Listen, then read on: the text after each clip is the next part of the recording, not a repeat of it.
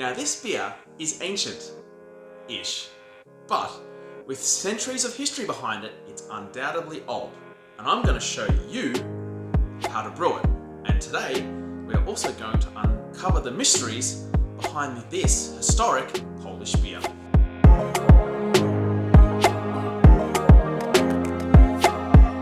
Hello everyone, and welcome back to another recipe, development, experimentation, and brew day for the channel. Today, we are going to be brewing a Grodziskie, which comes from the city of Grodziskie in Poland, which is in eastern Poland near Poznan. Now this beer has been brewed in one form or another for nearly 700 years. It's undeniably old, reaching the height of popularity in the early 1900s, where they exported this beer to nearly 40 countries and produced nearly 85,000 barrels of this beer every year. However, after World War II and during the era of the Soviets, breweries and beer in Poland began to nationalize, which meant the reduction of the number of breweries, and of course, anything that was good or unique was frowned upon to manufacture. And this led this type of beer essentially going extinct in the early 90s. If we fast forward to 10 or 15 years ago, a bunch of Polish homebrewers with a healthy dose of national pride wanted to revive this style. And hence was born the Grodziskie Revival Project, encouraging both amateur and professional brewers to start brewing this historic national beer again. They scoured through all the documentation and information they could get their hands on until this beer was born again. Now, today, this beer is brewed by Grodziskie on the same brewery site that the old brewery was abandoned on in the early 90s. Grodziskie is known as the champagne of Poland. It is a highly carbonated, low ABV, highly sessionable, light-bodied, and crisp-tasting beer. Now, the secrets behind this beer and what makes it unique from other beers is the oak smoked wheat malt, the local water, which is both highly sulfurous or high in sulfates and is quite hard.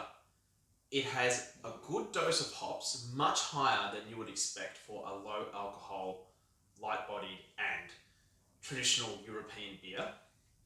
And the yeast, the local yeast, which is relatively attenuative and does not produce a strong ester profile. So this is completely different than your standard wheat beers that you might typically think of. The importance of the oak smoked wheat malt cannot be understated. In my opinion, this is the ingredient that makes this beer truly unique from any other beer. To be honest, this is the first time I actually came across smoked wheat malt altogether. Now, the oak smoked wheat malt produces a less smoky or less intense smoky flavor and not as acrid or strong as what your typical smoked malts might be, such as your beechwood smoked or your peated smoked barley malts. And yes, that is correct. If you were thinking it, this is in fact a wheat beer. I know it doesn't sound like it. It doesn't sound anything like your typical wheat beer that you might think of. Or when I first read the flavor profile of this beer, it sounded more like a light-bodied IPA, XPA sort of beer combined with the crispness of a lager. Now this beer is traditionally considered to have a crystal clear and clean looking, very pale appearance with a very good foam of head on it. And it is also regarded as having a lightly smoked flavor, not too intense, gentle hop flavors such as spiciness or pepperiness and some herbal character, some slight graininess from the wheat, and of course bitterness should be prevalent as well. And especially combined with a high carbonation should give a bit of a prickly bite in the mouth or on the tongue. And for the finish, it should have a clean, lingering bitterness. And of course, a dry, quenching finish.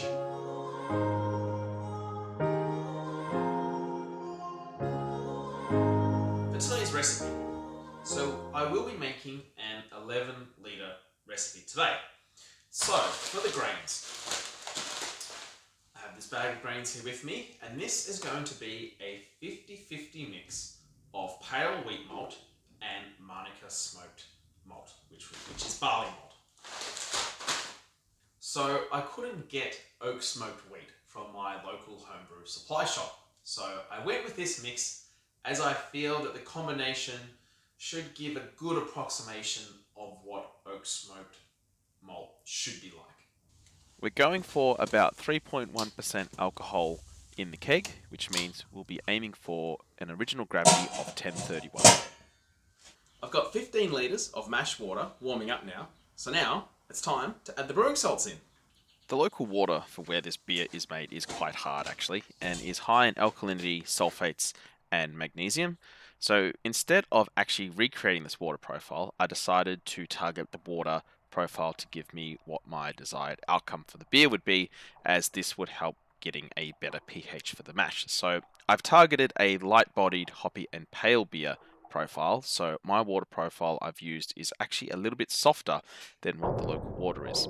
However, this has resulted in a better pH for the beer. One thing I do like to do is actually taste the raw malt. I think it gives you a little bit of an insight into what different malts taste like. So it does have a little bit of that bacony smokiness. I don't want this beer, so it does have me a little bit worried. It doesn't taste too intense, so while it might not be the right kind of smokiness, might be a little bit off, but hopefully it's not too intense and we still get something good and close to what we want.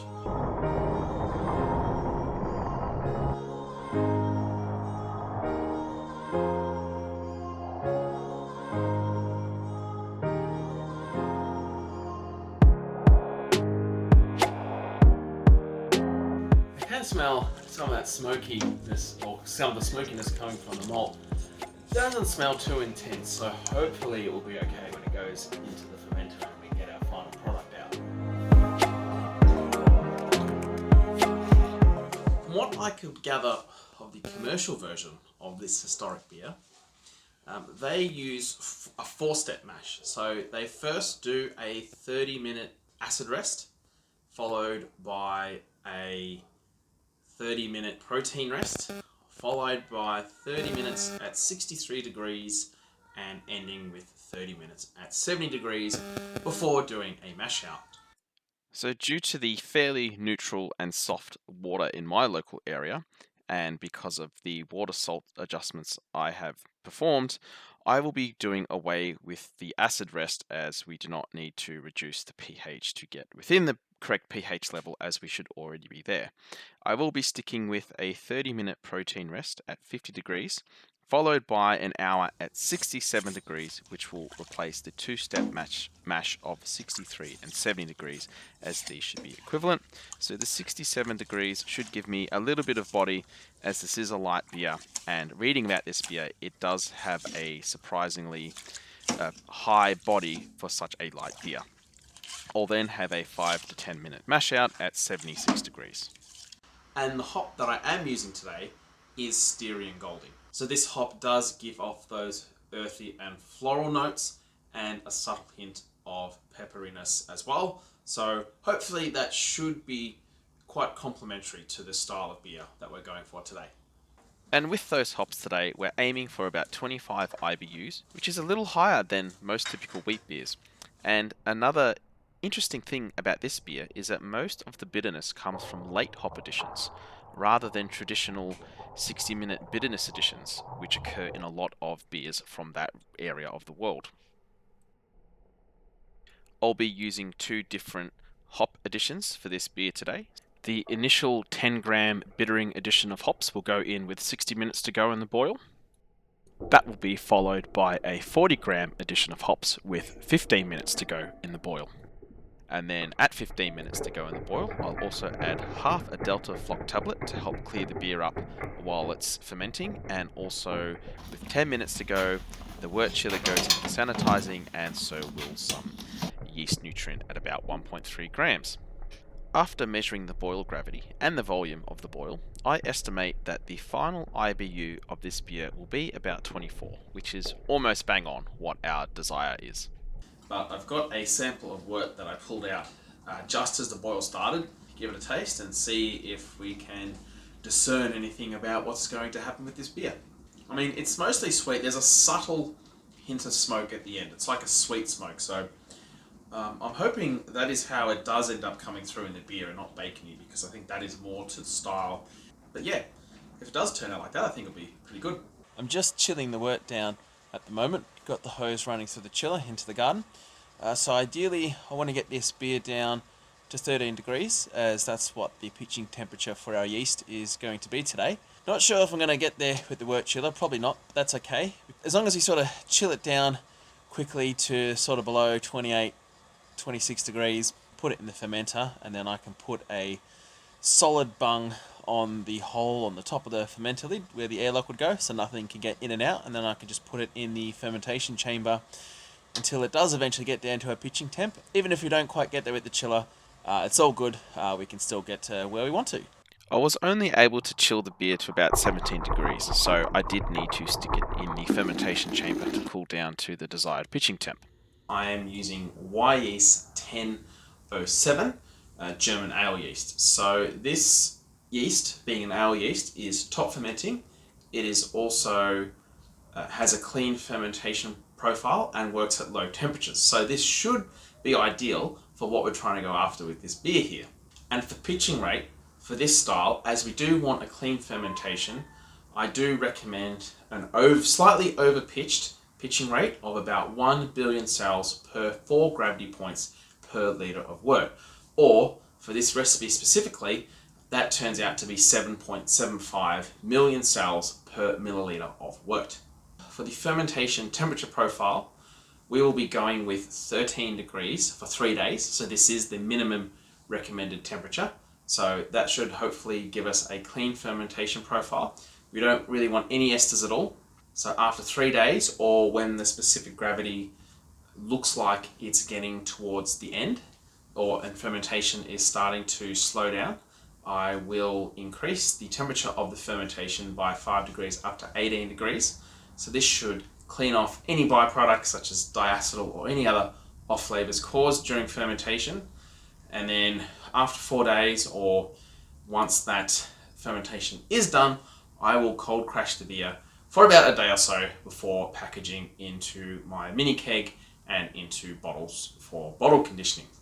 And of course, once this beer is finally done, I am absolutely super excited to try it.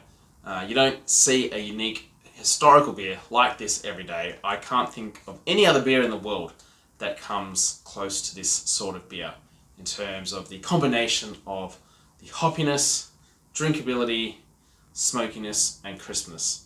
No doubt that this will be an absolutely amazing beer to try.